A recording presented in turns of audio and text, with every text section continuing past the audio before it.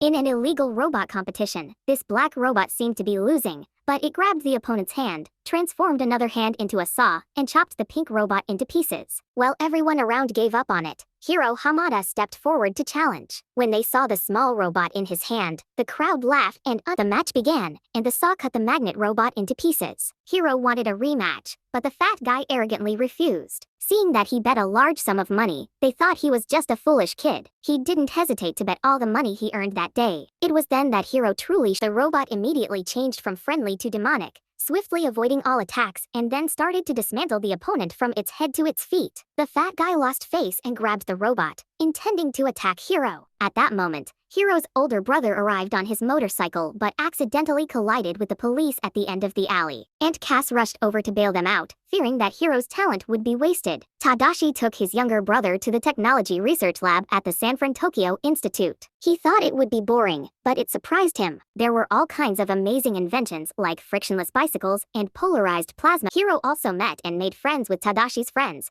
Go-Go, Wasabi, Honey Lemon, and Fred. Tadashi was working on creating a healthcare robot named Baymax, which was programmed with over 10,000 medical procedures. After completing its task, it would return to its box by itself. After seeing the magnificence of the lab, Hiro was determined to get admitted to his brother's school. To do that, he had to present a product that would impress the scientists during the selection day. For days, Hiro locked himself in the warehouse, working on his invention. Finally, it was finished. On the exhibition day, the two brothers and their friends carried the huge boxes to their designated spot. Initially, the young Hiro felt nervous and lacked confidence. But after regaining his composure, Hiro began to introduce his model, which consisted of thousands of small magnets controlled by a device attached to his head. They could be manipulated into any shape desired. The performance became more and more captivating, and even Professor Robert started paying attention. Everyone gave Hiro a standing ovation in admiration. Cray ran over to buy the idea, but Professor Robert stopped him because all his creations were harmful to society. The young boy also refused. The professor gave Hiro an invitation to join the school. Amidst the joy and congratulations, the two brothers were having a heart-to-heart conversation when they saw the exhibition hall engulfed in a fierce fire. Inside there was still Professor Robert. Even though Hiro stopped Tadashi, he still rushed in to save his teacher. Hiro saw that and ran too, but just a second later the entire building exploded. Waking up after the collision, Hiro realized that his beloved brother had passed away forever. Students at the school came to pay tribute to the two ill-fated teachers and students. The big shock made Hiro no longer in the mood to go to school. He ignored the words of encouragement from everyone around him and threw the invitation letter into the trash. While holding the magnet robot, a piece dropped right onto his foot, causing him to cry out. Nurse Baymax heard the command signal and immediately appeared, maneuvering his chubby body through the stuff to reach Hiro. The boy tried to chase it back into the box but failed. Accidentally tripping over, he discovered his small bug still operational, but the rest clearly destroyed in the fire. Baymax, wanting to uplift Hiro's spirits, decided to follow where the bug wanted to go. Seeing Baymax heading out, the boy quickly chased it. Stopped in front of a hidden warehouse, where Hiro borrowed this fat body to peer through the window. He climbed straight in, following the trail, and then encountered the robot producing mini bugs. The bug in Hiro's hand triggered the other super bugs,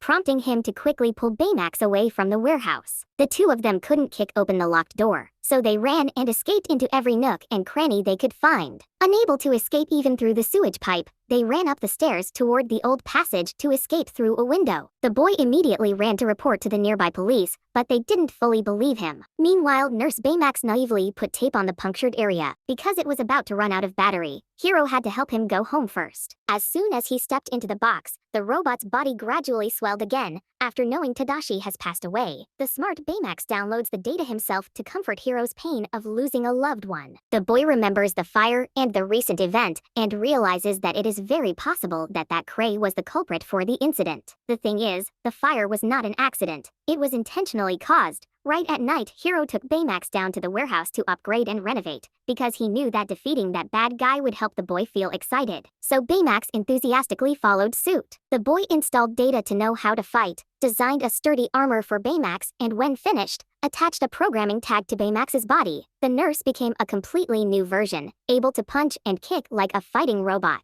Not let more time pass, Hiro leads his partner. Right now, a strange car was also following them. The door was kicked open. They realized Cray had cleared it all out before. The two of them immediately followed the super robot's trail and ran to the seaport. If it wasn't for Baymax to pull back, Hiro would probably have followed his brother. The super bug moved for a while and flew straight towards the ocean. A tall dark shadow appeared far away from the shore. Moving towards the shore, two young men hid behind the container, preparing to attack. The car from earlier appeared. It turned out to be Tadashi's friends. Before he could explain anything, the masked guy controlled the robots and prepared to attack all of them. Baymax, being trained, managed to hold the container, and Gogo pulled Hiro onto the car. However, he refused to go, thinking that Baymax could fight back against them. Just as he finished speaking, the container was knocked off and landed on the roof of the car. The whole group ran away, with the villain still relentlessly pursuing them. Wasabi, even though being chased and attacked, still strictly followed traffic laws, stopping at red lights and using turn signals when turning right. Gugu was so frustrated that she had to take the driver's seat. She drove like flying without fear of anything, even running across the front of the train. The masked man controlled the super robot into a pipe to capture the whole group.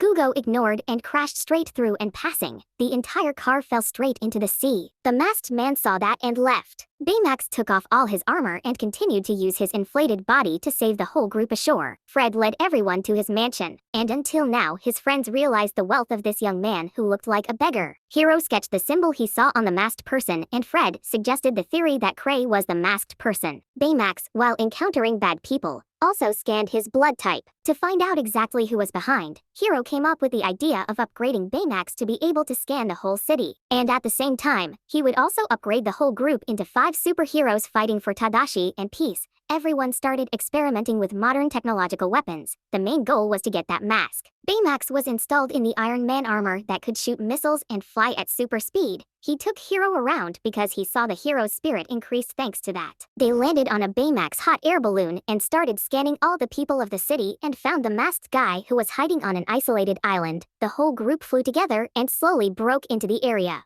Wasabi used his blade to open the way in. Honey found a strange room. They reviewed the camera in here. Cray created an instant space teleportation machine. While demonstrating the experiment to everyone, he ignored the problem in the electric field and continued to perform it. This caused the aircraft to fail. The machine tended to suck everything into it, and Professor Robert's daughter, who volunteered to participate in the experiment, is stuck in space. The army immediately ordered the project to stop and blockade the area. The group thought Cray was angry about the failure, so they stole the super robot to retrieve the old research. At this moment, a rock appeared behind them. The masked man threw them straight forward and then left. Baymax caught them, so he came to save everyone. This guy was too strong to deal with. They joined forces to take off the mask, but because there was no specific plan, it was ineffective. Hiro controlled Baymax to fly in the air, knocking down the man. He called Cray's name, but surprisingly, the masked name was the respected Professor Robert. It turned out that during the fire, thanks to the super robots that protected him from sea of fire, Tadashi died unjustly in the fire. The fire of hatred boiled even more in his little brother's heart. Hiro immediately pulled out the boss's healing data and ordered him to destroy the professor. Everyone ran to stop Baymax, but Baymax lost all control of his humanity. Honey picked up the green hard drive and stuffed it back into Baymax's body before he could destroy the old man. Hiro angrily asked why everyone was stopping him, but they just wanted to catch bad people alive. He angrily controlled Baymax out of here. They returned to the warehouse. Tadashi's old video helped Hiro regain his composure. The brothers and sisters also came to reconcile. They found new data from the camera. Professor Robert returned to avenge the girl who was in trouble in the past because of Cray. Cray over here is introducing a new technology facility. Robert rushes to question him and then brings the other space gate to prepare to send Cray to another universe. The action team rushes to console the professor, but of course, they can't. Hiro rushed to get the control mask, but was thrown. His teammates were also in a difficult situation. Hiro was being pulled into the space hole. During this time, he came up with the idea to send all the super robots into the space gate. Baymax tricked them to flew into the circle. His teammates also tried to destroy the tornadoes, causing them to break into small pieces. The professor ran out of super robots to control. Then his control mask was destroyed by Hiro. The gate fell down, but still worked. Everyone ran for cover, but Baymax noticed signs of life in there. Hiro, despite everyone's opposition, rushed in to save the professor's lost daughter. If they weren't careful, they might never be able to escape because of the instability of the electric field. When they were about to reach their destination, a large rock hit them, causing Baymax to break his jet system. Baymax intended to use a rocket arm to take the two out. He advised Hiro until he finally let him do so. When Hiro and the airship got out, the circle also collapsed. The girl was taken to the emergency room. The old father went to prison. the boy returned to school. Baymax's arm still held tightly to the green hard drive. Hiro immediately created a new Baymax. Their life returned to the way it was before. What did the movie The Big Hero 6 show us? While in the tender age of puberty, he suffered a great loss that made Hiro's life seem hopeless. But with the sincere love and care of his friends, especially Baymax, Hiro has become more mature and has extremely mature thoughts, and is also very kind. The movie concludes here. Thank you for watching. See you in the next episodes. If you enjoyed it, please give a like and subscribe to the BTW Chill Movie channel.